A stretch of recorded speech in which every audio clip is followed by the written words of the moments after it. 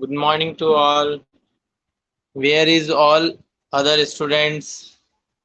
Here is only 9 student is there.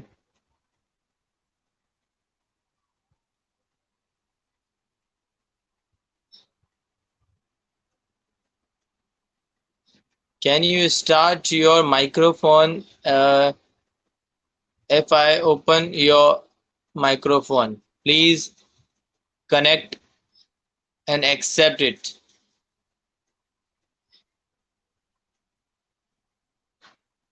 पहले आप इसको एक्सेप्ट करिए जो टॉपअप आया है एंड देन उसके बाद में आप किसी से नहीं हो रहा है।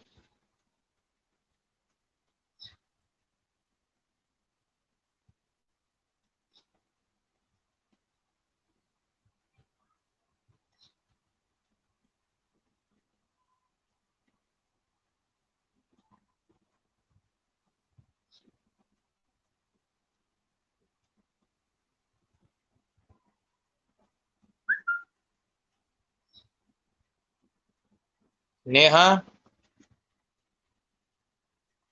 Good morning Toshi.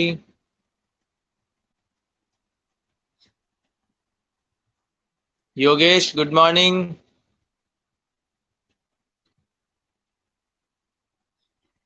योगेश, आपका माइक्रोफोन ऑन हुआ था, एक बार वापस करिए। आवाज आ रही है ना? दोबारा करिए। योगेश,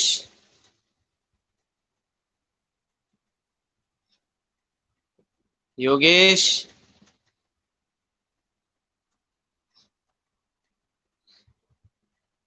बोलो बेटा।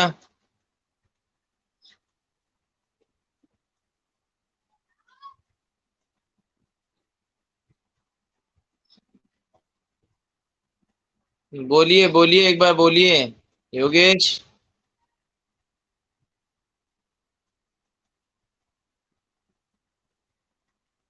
नहीं, मैं कह रहा हूँ एक बार आपकी आवाज जैसे आ सकती है। अगर आप क्वेश्चंस वगैरह कोई भी पूछना चाहते हो बिना लिखे, तो आप यहाँ से मैं माइक ऑन कर सकता हूँ और फिर उसके बाद में आप उसको एक्सेप्ट करिए। देन आप अपने क्वेश्चंस को पूछ सकते हो, कोई भी स्टूडेंट। ठीक है, तो चलिए आज की क्लास हम आगे स्टार्ट करते हैं। तो लास्ट जो हमारा टॉपिक हुआ था,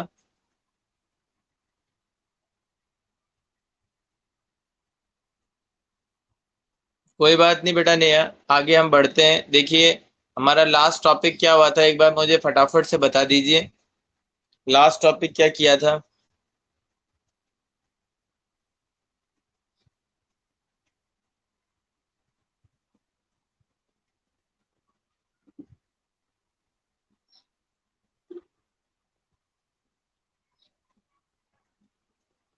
प्रॉफिट का किया था, ठीक है।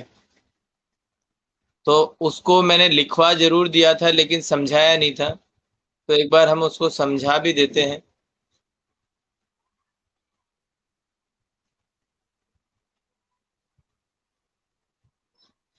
चलिए, तो देखिए इनकम को ही हम क्या कहते हैं, प्रॉफिट कहते हैं। एक तो मैंने बताया था रेवेन्यू और एक बताया मैंने प्रॉफिट। तो रेवेन्यू का मतलब अलग है और प्रॉफिट का मतलब अलग है। तो एक एग्जांपल लेके आप समझेंगे तो ज्यादा बेटर समझ में आएगा। कैसे, देखिए एक पर्टिकुलर जैसे मान के चलिए कोई कंपनी है, बाइक बाइक बनाने वाली कोई कंपनी है जो बाइक तैयार करती है।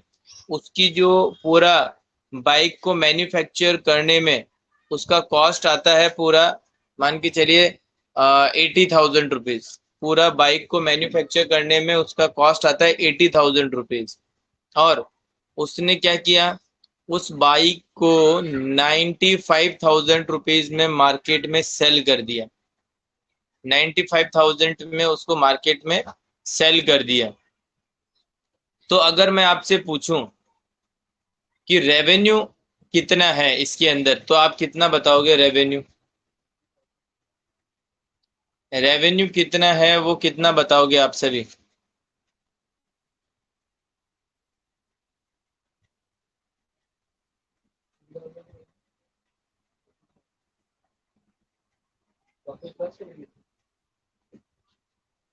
Very good Raksha, your answer is right. Revenue is 95,000, मतलब total amount received when we sell our goods is known as revenue. जो टोटल अमाउंट हमें रिसीव्ड हुआ है कोई भी गुड्स को सेल करने पर, तो वो क्या कहलाएगा? रेवेन्यू। अब अगर मैं बात करूं इसके अंदर इनकम की, मतलब प्रॉफिट की, तो वो प्रॉफिट कितना है?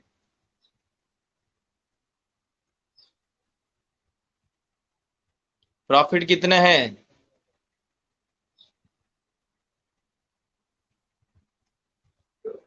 Very good. और कॉस्ट कितनी है? कॉस्ट कितनी है?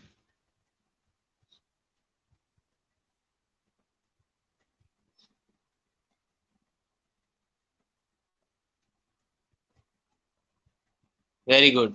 तो अगर मैं, जैसे अभी आपने बताया कि सर प्रॉफिट 15,000 है, तो ये आपने निकाला कैसे होगा? 95,000 आपका टोटल रेवेन्यू है, उसके अंदर से आपने कॉस्ट माइनस कर दिया, तो प्रॉफिट आपका निकल कर आ गया। तो ये आपका 15,000 आपका क्या रहा? प्रॉफिट, जिसको अपन इनकम भी बोल सकते हैं। अब इसके आगे नेक्स्ट जो वर्ड है वो लॉस का है। ठीक है, लॉस आप लिखिए। देखो, एक्सपेंसेस और लॉस, अगेन मैं बात करूंगा, दोनों में डिफरेंस है। एक्सपेंसेस और लॉस दोनों में क्या है? डिफरेंस है।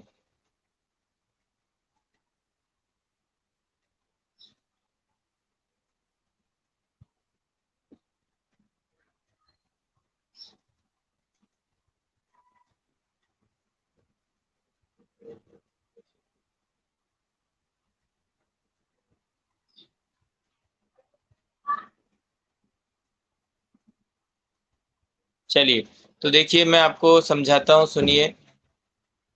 एक्सपेंसेस के, लॉस के, एक्सपेंसेस क्या होते हैं? कोई भी प्रोडक्ट को जब हम मैन्युफैक्चर करते हैं, जैसे कि मैंने बताया बाइक को हमने मैन्युफैक्चर किया, बाइक को हमने क्या किया? मैन्युफैक्चर किया।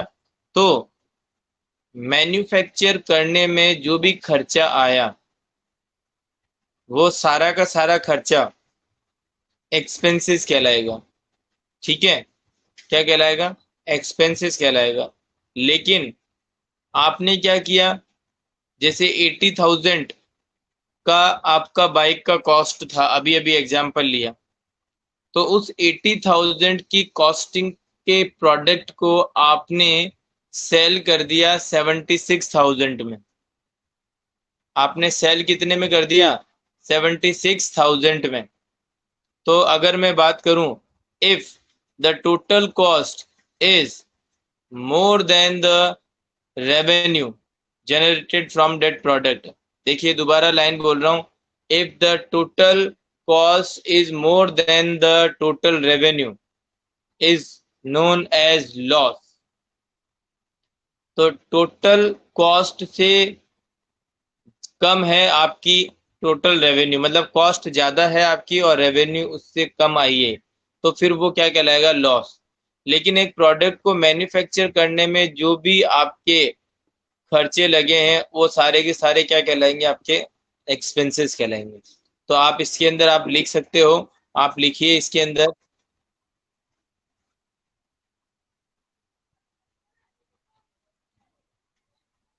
देखिए बेटा, अभी जो मैंने बोला है वही मैं लिखवा रहा हूँ। मैंने सिर्फ इतना बोला है कि जैसे बाइक का एग्जांपल दिया था मैंने, 80,000 की कॉस्टिंग थी बाइक की, और उसमें जो भी उस बाइक को बनाने में खर्चे लगे हैं, वो सारे एक्सपेंसेस कहलाएंगे। सारे क्या कहलाएंगे? एक्सपेंसेस। लेकिन मैंने बोला 80,000 के प्रोडक्ट को आपने बेच ही दिया कितने में? 76 में। 80,000 का तो आपका खुद का कॉस्ट था, उसको आपने किस पे बेच दिया? 76 पे। तो आपने लॉस खाकर और फिर बेच दिया, तो आपका मतलब इस प्रोडक्ट को बेचने पर आपका क्या हुआ? लॉस हुआ। तो इसीलिए मैंने कहा, if if the total revenue is less than the total cost, मतलब आपकी टोटल रेवेन्यू क्या है? टोटल कॉस्ट से कम है तो फिर वो क्या कहलाएगी, आपकी लॉस कहलाएगा। तो आप इसके अंदर लिख लीजिए, लिख लीजिए,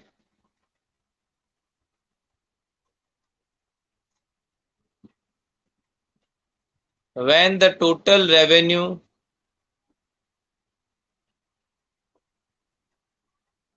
when the total revenue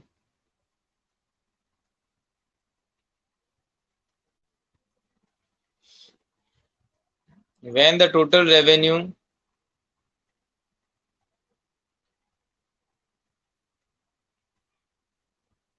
is less than the total cost,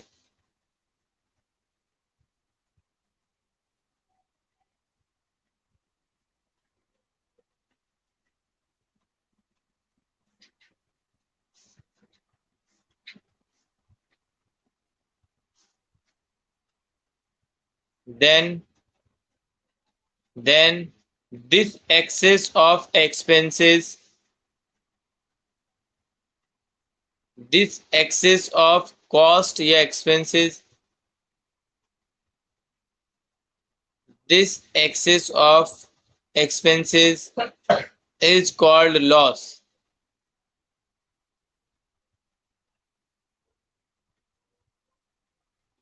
is called loss।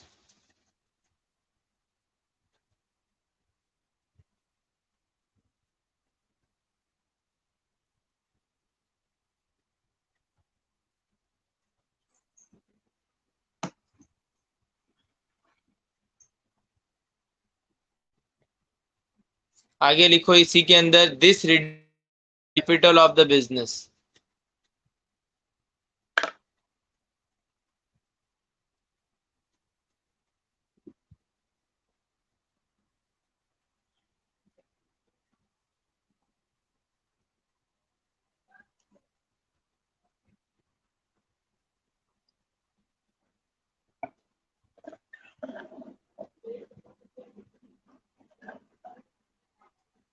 This reduces the capital of the business. When the total cost is, when the total revenue is less than the total cost, then this excess of expenses is called loss। फिर उसके बाद में full stop लगाकर लिखना है, this reduces the capital of the business।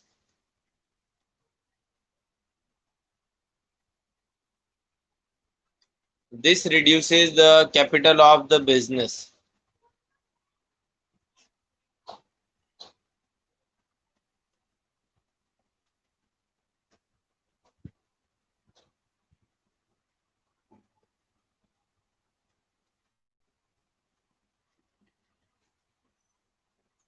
लिख लिया सभी ने?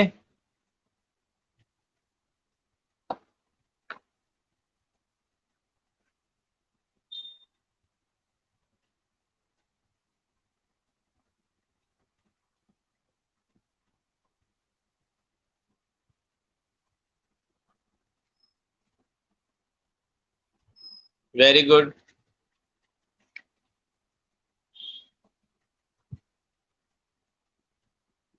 अब लिखिए आप आगे गेन, गेन लिखिए, गेन।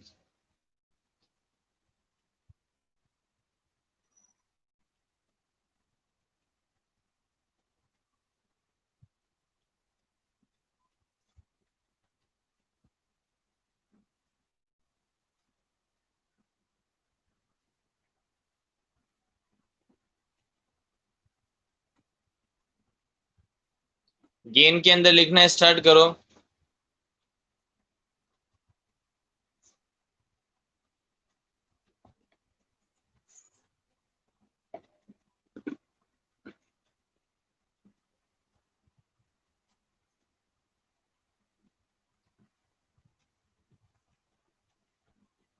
इफ द, लिखिए if the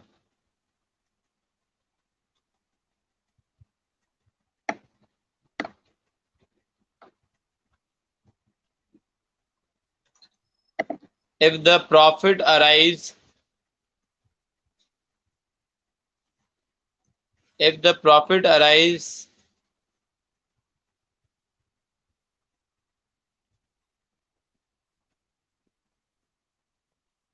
on the particular transaction, on the particular transaction,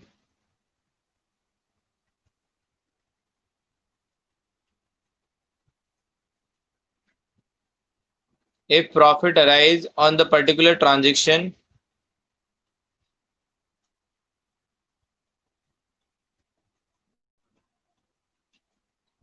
at the particular point of time, at the particular point of time,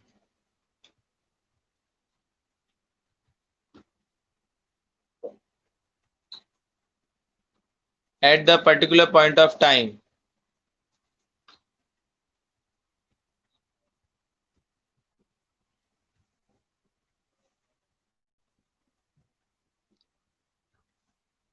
if profit arise on the transaction, on the particular transaction at a particular point of time, is called gain, is called gain.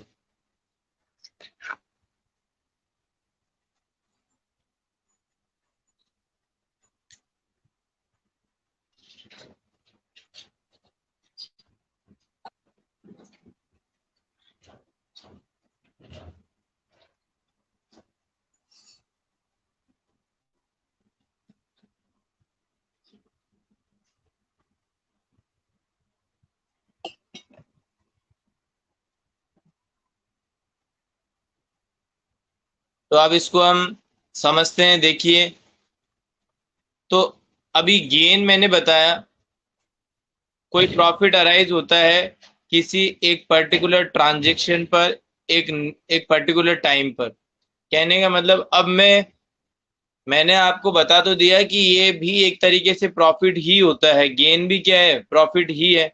एक कोई हमने transaction किया, उस transaction पे हमारा क्या हुआ, profit हुआ, तो वो क्या कहलाएगा, गेन। लेकिन मैं अगर आपसे पूछूं कि ऊपर मैंने जो प्रॉफिट लिखवाया और ये गेन लिखवाया, इन दोनों में क्या डिफरेंस है। दोनों एक तरीके से वैसे तो सेम ही है और कोई ज़्यादा डिफरेंस नहीं है, हम दोनों को ही हमारी टर्म के अंदर यूज में लेते हैं नॉर्मली। लेकिन एक बहुत ही बारीक एक डिफरेंस है इसके अंदर, नॉर्मल सा एक डिफरेंस है। वो क्या है, देखिए, अगर हम बात करते हैं प्रॉफिट की, ठीक है, इनकम की, तो वो क्या होती है वो सुनिएगा। आपने पूरे साल भर बहुत सारे ट्रांजेक्शन किए हैं, 15 20 ट्रांजेक्शन, 25 ट्रांजेक्शन, 100 ट्रांजेक्शन। उन 100 ट्रांजेक्शन्स में बहुत सारे प्रॉफिट्स भी हुए हैं आपको, हर एक ट्रांजेक्शन पे किसी पे प्रॉफिट हुआ है तो किसी पे लॉस हुआ है। तो उस तरीके से आपने जो भी प्रॉफिट्स हुए हैं उनमें से आपने लॉसेस को हटाकर, और पूरे साल भर at the end of the year, जब पूरा ईयर कंप्लीट हो गया है आपका, जब 31 मार्च आपका आ गया, ठीक है, तो उस समय यदि मैं जो भी मेरा पूरा ओवरऑल प्रॉफिट की मैं कैलकुलेशन करूंगा, पूरे ओवरऑल में मेरा इनकम देखूंगा, तो वो क्या निकल कर आएगा, उसको बोलते हैं हम प्रॉफिट। ठीक है, उसको क्या बोलते हैं हम, प्रॉफिट। जबकि हम बात करते हैं कि यदि हम किसी पर्टिकुलर एक ट्रांजेक्शन पर, हम किसी पर्टिकुलर एक ट्रांजेक्शन पर देखते हैं कि प्रॉफिट हुआ है या लॉस हुआ है। जैसे कि अभी मैंने बाइक का एग्जांपल दिया था, तो वो एक बाइक बेची थी, 80,000 की बाइक 95 में बेची थी, तो 15,000 का हमारा गेन हुआ। क्या हुआ, क्योंकि वो एक ट्रांजेक्शन था। ऐसे बाइक की कंपनी ने बहुत सारी बाइक बेची होगी, पूरे महीने में बेची होगी, पूरे साल भर बेची होगी, तो पूरे साल भर में at the end of the accounting year 31 मार्च को कितना प्रॉफिट हुआ है, सभी पूरे साल भर का प्रॉफिट मिलाकर, उसको हम क्या बोलेंगे, प्रॉफिट। तो गेन और प्रॉफिट, इन दोनों में डिफरेंस समझ में आया आपको सभी को।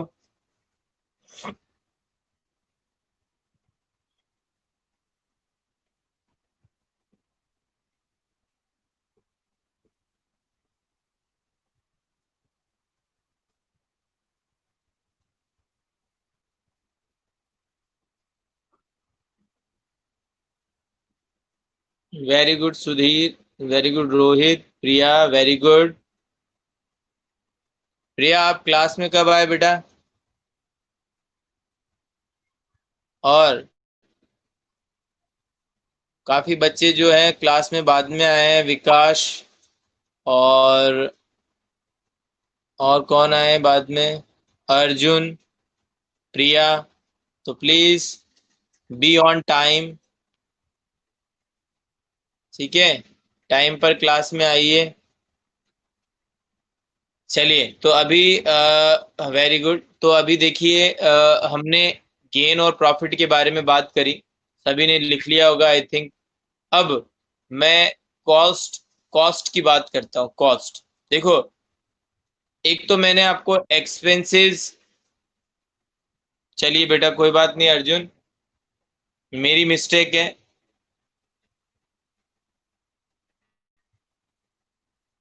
अर्जुन, अच्छा आपने मैसेज नहीं भेजा था, ठीक है, कोई बात नहीं बेटा। तो देखिए आगे मैं बात करता हूँ, कॉस्ट कॉस्ट की बात करते हैं। देखिए इससे पहले मैं आपको बताना चाहूंगा कॉस्ट से पहले एक्सपेंसेस के बारे में। किसके बारे में? एक्सपेंसेस के बारे में। तो एक्सपेंसेस और एक्सपेंडिचर दो वर्ड मैंने पहले लिखवाए थे आपको। दो वर्ड जो मैंने पहले लिखवाए थे उनमें डिफरेंस मैंने बताया था कि एक्सपेंडिचर एक्सपेंडिचर तो एक कैपिटल नेचर का होता है जो कि हम बार बार नहीं करते हैं, और हम किसी पर्टिकुलर हमारी कैपिटल इंक्रीज करने के लिए, हमारे प्रॉफिट अर्निंग कैपेसिटी को बढ़ाने के लिए हम जो भी खर्चा करते हैं वो क्या कहलाता है? आपका एक्सपेंडिचर। जैसे कि मैंने मशीन को परचेज करना बताया था आपको, तो वो एक्सपेंडिचर होता है। और एक्सपेंसेस का मैंने बताया था, आपने किसी पर्टिकुलर प्रोडक्ट को बनाने में जो भी खर्चे किए हैं, लेबर को सैलरी दी है और गोडाउन का रेंट दिया है, ठीक है, और इलेक्ट्रिसिटी का पेमेंट किया है आपने, तो ये सारे क्या हैं? आपके एक्सपेंसेस है जो कि एक पर्टिकुलर प्रोडक्ट को बनाने में खर्चे हुए हैं। तो कहने का मतलब मेरा, जब हम एक्सपेंडिचर और एक्सपेंसेस दोनों को ऐड कर देते हैं, एक्सपेंडिचर और एक्सपेंसेस को हम दोनों को ऐड कर देते हैं, तो वो क्या कहलाती है? आपकी कॉस्ट कहलाती है। जब एक्सपेंसेस वैसे देखा जाए तो दो तरीके के होते हैं, एक तो डायरेक्ट एक्सपेंसेस और एक इनडायरेक्ट एक्सपेंसेस। डायरेक्ट एक्सपेंसेस वो एक्सपेंसेस होते हैं जो कि सीधे प्रोडक्शन से रिलेटेड होते हैं, जो कि हमारी एक पर्टिकुलर कमोडिटी को मैन्युफैक्चर करने के अंदर हमारे एक्सपेंसेस किए जाते हैं, जो कि फैक्ट्री में होते हैं। डायरेक्ट एक्सपेंसेस हमारे एक प्रोडक्ट को मैन्युफैक्चरिंग से पहले पहले, एक प्रोडक्ट बनकर जो तैयार होता है ना, उससे पहले पहले के जो भी खर्चे हैं वो सारे डायरेक्ट एक्सपेंसेस कहलाएंगे। दोबारा बोलता हूँ, डायरेक्ट और इनडायरेक्ट के अंदर अंदर अंतर समझिए आप। एक प्रोडक्ट को मैन्युफैक्चर करने में जो भी खर्चा लगता है वो सारे के सारे एक्सपेंसेस क्या कहलाएंगे? आपके डायरेक्ट एक्सपेंसेस कहलाएंगे। जैसे कि मैं आपको कहता हूं, आपने कोई भी प्रोडक्ट बनाने के लिए लेबर को रखा, तो लेबर को रखा तो वो लेबर को आपको क्या देना पड़ा? वेजेस देना पड़ा, तो वो आपका क्या है? डायरेक्ट एक्सपेंसेस, ठीक है। गुड्स को आप क्या किए हो? रॉ मटेरियल आपने खरीदा है, स्टॉक खरीदा है आपने, तो वो आपके गोडाउन में आया, तो जो आपका किराया लगाया है, जो आपका फ्रेट लगा है, ठीक है ना, तो वो क्या कहलाएगा आपका? वो क्या कहलाएगा आपका? Direct expenses.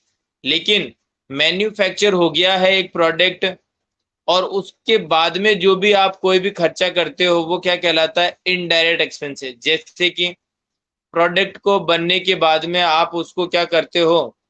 पैक करते हो उस प्रोडक्ट को, क्या करते हो? पैक करते हो, तो पैकेजिंग का खर्चा लगा आपका, ठीक है ना। तो वो आपकी क्या कहलाएगी, इनडायरेक्ट एक्सपेंसेस। दूसरा अगर मैं बात करूं, आपने उस प्रोडक्ट को बेचने के लिए मार्केट में एडवर्टीजमेंट किया, तो वो एडवर्टीजमेंट का खर्चा क्या कहलाएगा, आपका indirect expenses.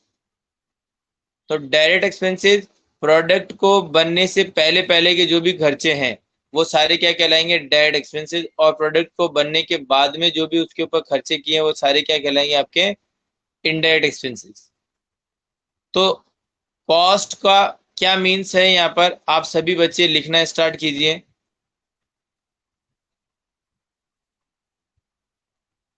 Total of direct and indirect expenses.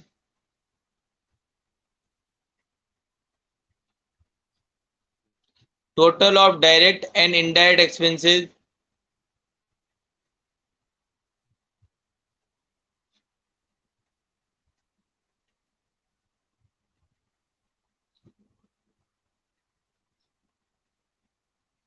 Total of direct और indirect expenses which are incurred which are incurred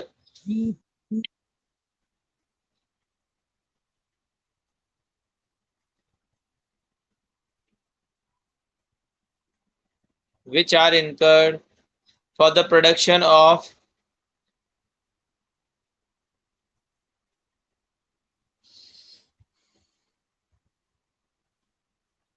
total of direct and indirect expenses which are incurred for the production of goods and services, for the production of goods and services.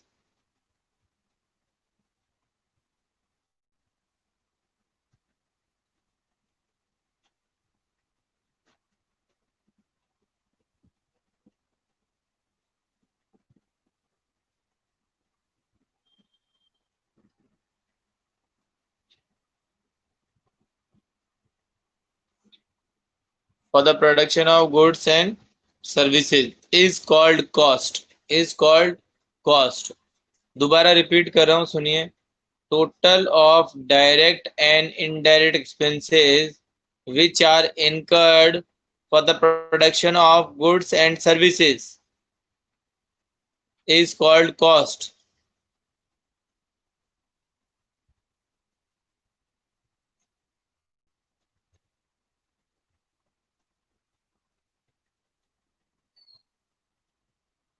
Okay, इसके अंदर आगे और लिखिए। For example,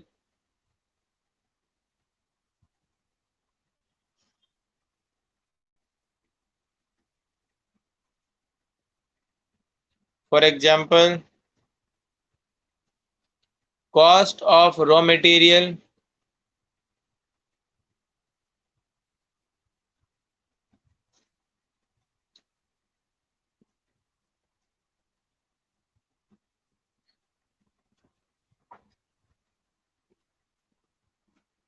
cost of raw material plus, plus कर देना, plus लिखते लिखते हुए ही कर दो प्लस। ऐसे नहीं है कि आप कोई फॉर्मेट बनाओ, उसी में लाइन में ही कर दीजिए, प्लस में प्लस का साइन लगा दीजिए। Plus cost of labour,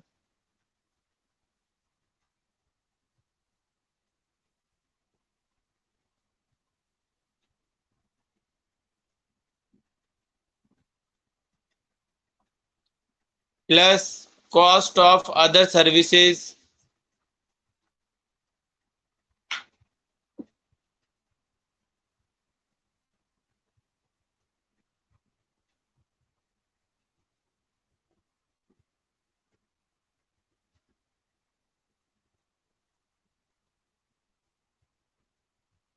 cost of other services are used are used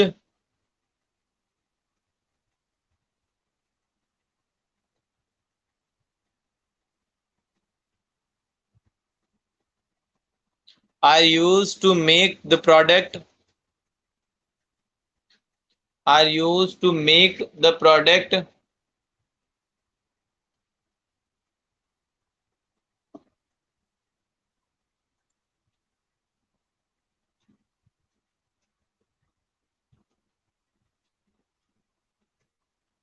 is called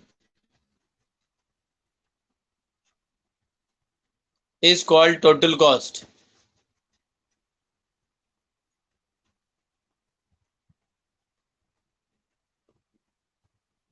तो आपको समझ आ गया होगा कॉस्ट क्या होती है। जो भी एक प्रोडक्ट को पूरा बनाने में खर्चा लगा है, मतलब उसको बनाने के बाद भी जो खर्चा लगा है, ऐसा नहीं बनाने में ही खर्चा लगा है। बनाने में जो खर्चा लगा है वो तो डायरेक्ट एक्सपेंसेस हो गए सारे, लेकिन बनाने के बाद भी जो खर्चे लगे हैं आपके, एडवर्टीजमेंट के, सारे जितने भी खर्चे हैं, ठीक है ना। किसी कस्टमर ने माल खरीदा है आपका, तो आप उसको उसके पास में जैसे होम डिलीवरी करवा रहे हो, तो उसका भी जो भी खर्चा है वो आपके उस प्रोडक्ट की टोटल कॉस्ट में शामिल हो जाएगा। तो इसलिए हम कहते हैं कि जब तक कि वो प्रोडक्ट किसी को सेल नहीं हो गया, तो सेल होने से पहले पहले जो भी खर्चा लगा है, सेल होने से पहले पहले जो भी आपका खर्चा लगा है, वो सारा क्या कहलाएगा? Total cost. बोलिए, समझ आ गया क्या सभी को?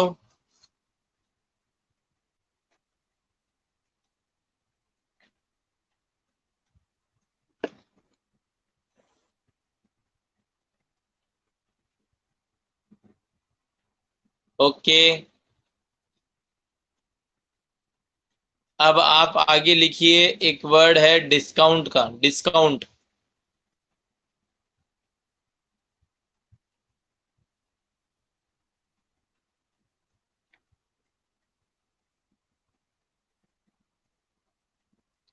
तो डिस्काउंट के वर्ड को बेटा हम समझते हैं। तो देखिए, पहले तो आप इसकी डेफिनेशन लिख लीजिए, फटाफट इसकी डेफिनेशन लिख लीजिए।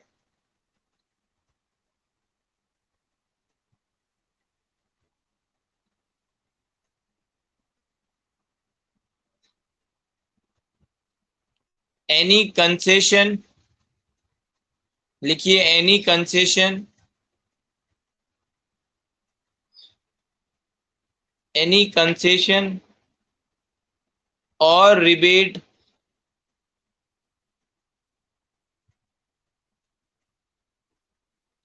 एनी कंसेशन और rebate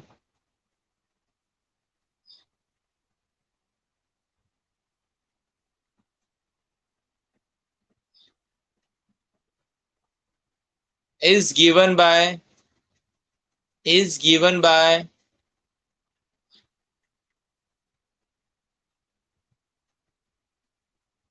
is given by a businessman, is given by a businessman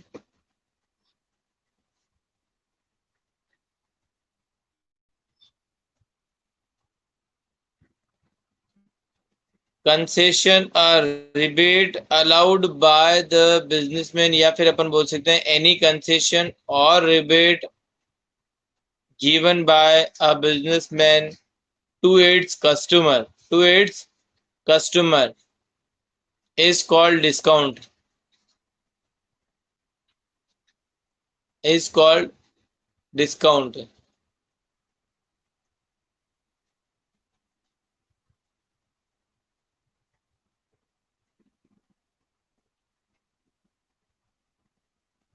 आगे लिखिए इसी के अंदर, discount is of two type, types of discount लिख लीजिए, या तो टाइप्स ऑफ डिस्काउंट, डिस्काउंट के टाइप्स लिखिए।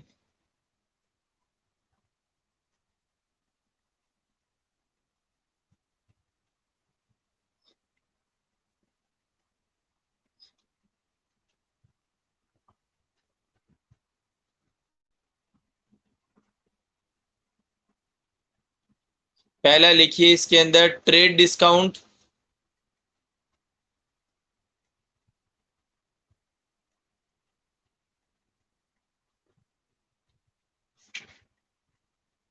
Trade discount.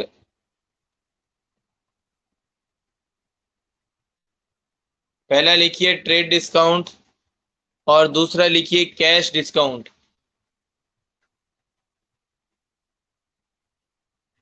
पहला लिखिए ट्रेड डिस्काउंट और दूसरा लिखिए कैश डिस्काउंट।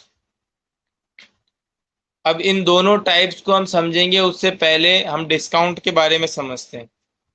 डिस्काउंट के बारे में समझते हैं। इन दोनों ट्रेड डिस्काउंट और कैश डिस्काउंट को समझने से पहले हम डिस्काउंट के बारे में समझते हैं। वैसे तो सभी बच्चे जानते ही हैं, वर्ड से आपको समझ में भी आ गया होगा।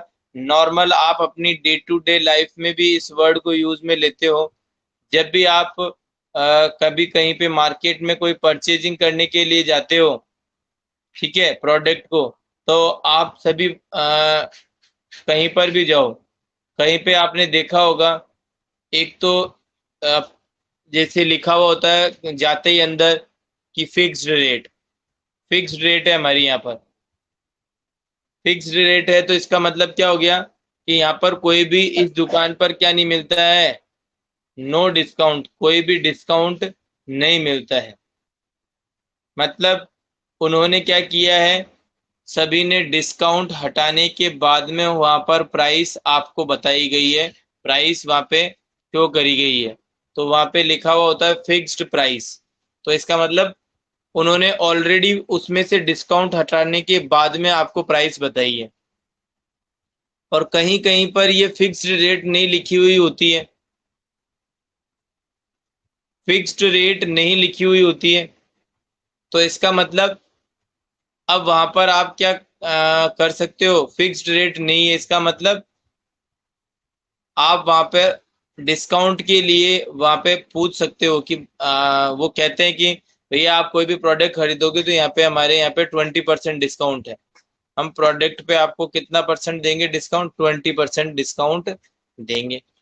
तो वो क्या करते हैं, जो भी प्राइस है, जैसे कि उसकी एमआरपी लिखी हुई है 1000 रुपीज, 1000 रुपीज का एक एमआरपी लिखी हुई है एक प्रोडक्ट की, आप परचेज करने गए तो वो आपको कितने रुपए का दे देगा डिस्काउंट काट के, 20 रुपीज यदि डिस्काउंट है तो, 20 रुपीज डिस्काउंट की रेट है तो वो आपको कितने रुपए का प्रोडक्ट दे देगा,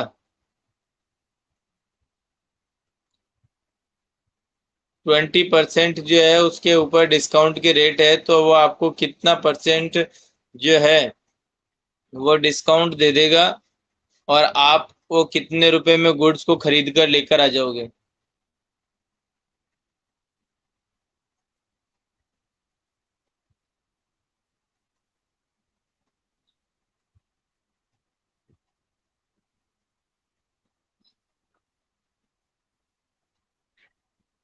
1000 रुपीज का प्रोडक्ट बताया मैंने, 1000 का, तो 20% उस पर डिस्काउंट। वेरी गुड, सुधीर ने कहा है वो आंसर सही है कि सर हम जो प्रोडक्ट परचेज करके लेकर आएंगे वो उसको 800 रुपये देंगे। तो कैसे, क्योंकि 1000 रुपीज का 20% कितना हुआ, 200, और आपने उसको 800 रुपीज दे दिए डिस्काउंट काटने के बाद में। लेकिन प्रिया और रक्षा दोनों साथ में गए थे, तो उन्होंने कहा दुकान वाले से कि भैया ये 20% डिस्काउंट तो आप बहुत कम दे रहे हो। उस दुकान वाले से लड़ने लगे, बोला कि भैया आप प्रोडक्ट दोगे तो आप हमको 40% डिस्काउंट दो तब तो हम खरीदेंगे, नहीं तो है ना ये प्रोडक्ट तुम्हारे पास में रखो, और 4 कस्टमर जो तुम्हारे पास में और आने वाले हैं उनको भी हम आने नहीं देंगे तुम्हारे पास में।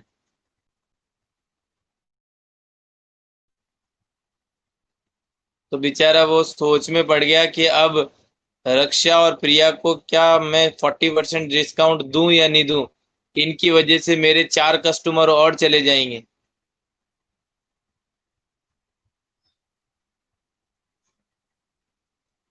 क्या रक्षा, प्रिया, डिस्काउंट,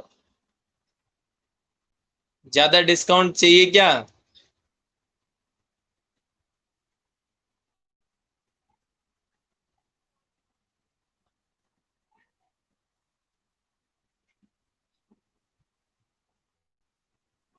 वेरी गुड, ये हुई ना कॉमर्स वाली बात। क्योंकि हम तो जितना कम करा सकते हैं उतना ही कम कराएंगे। वेरी गुड प्रिया, वेरी गुड। वेरी गुड रक्षा। चलिए चलिए। तो बेटा अभी डिस्काउंट का जो टॉपिक है वो कंप्लीट हुआ। नेक्स्ट जो हमारी क्लास होगी उसके अंदर हम इस डिस्काउंट के टाइप्स को पढ़ेंगे। तो प्लीज आप हेडिंग लिख लीजिएगा, टाइप्स ऑफ डिस्काउंट, और नेक्स्ट क्लास में तुरंत मेरे को बता दीजिएगा सर ये करवाना था। ठीक है। ओके। बाय बेटा। Have a good day. Have a good day. Thank you, thank you.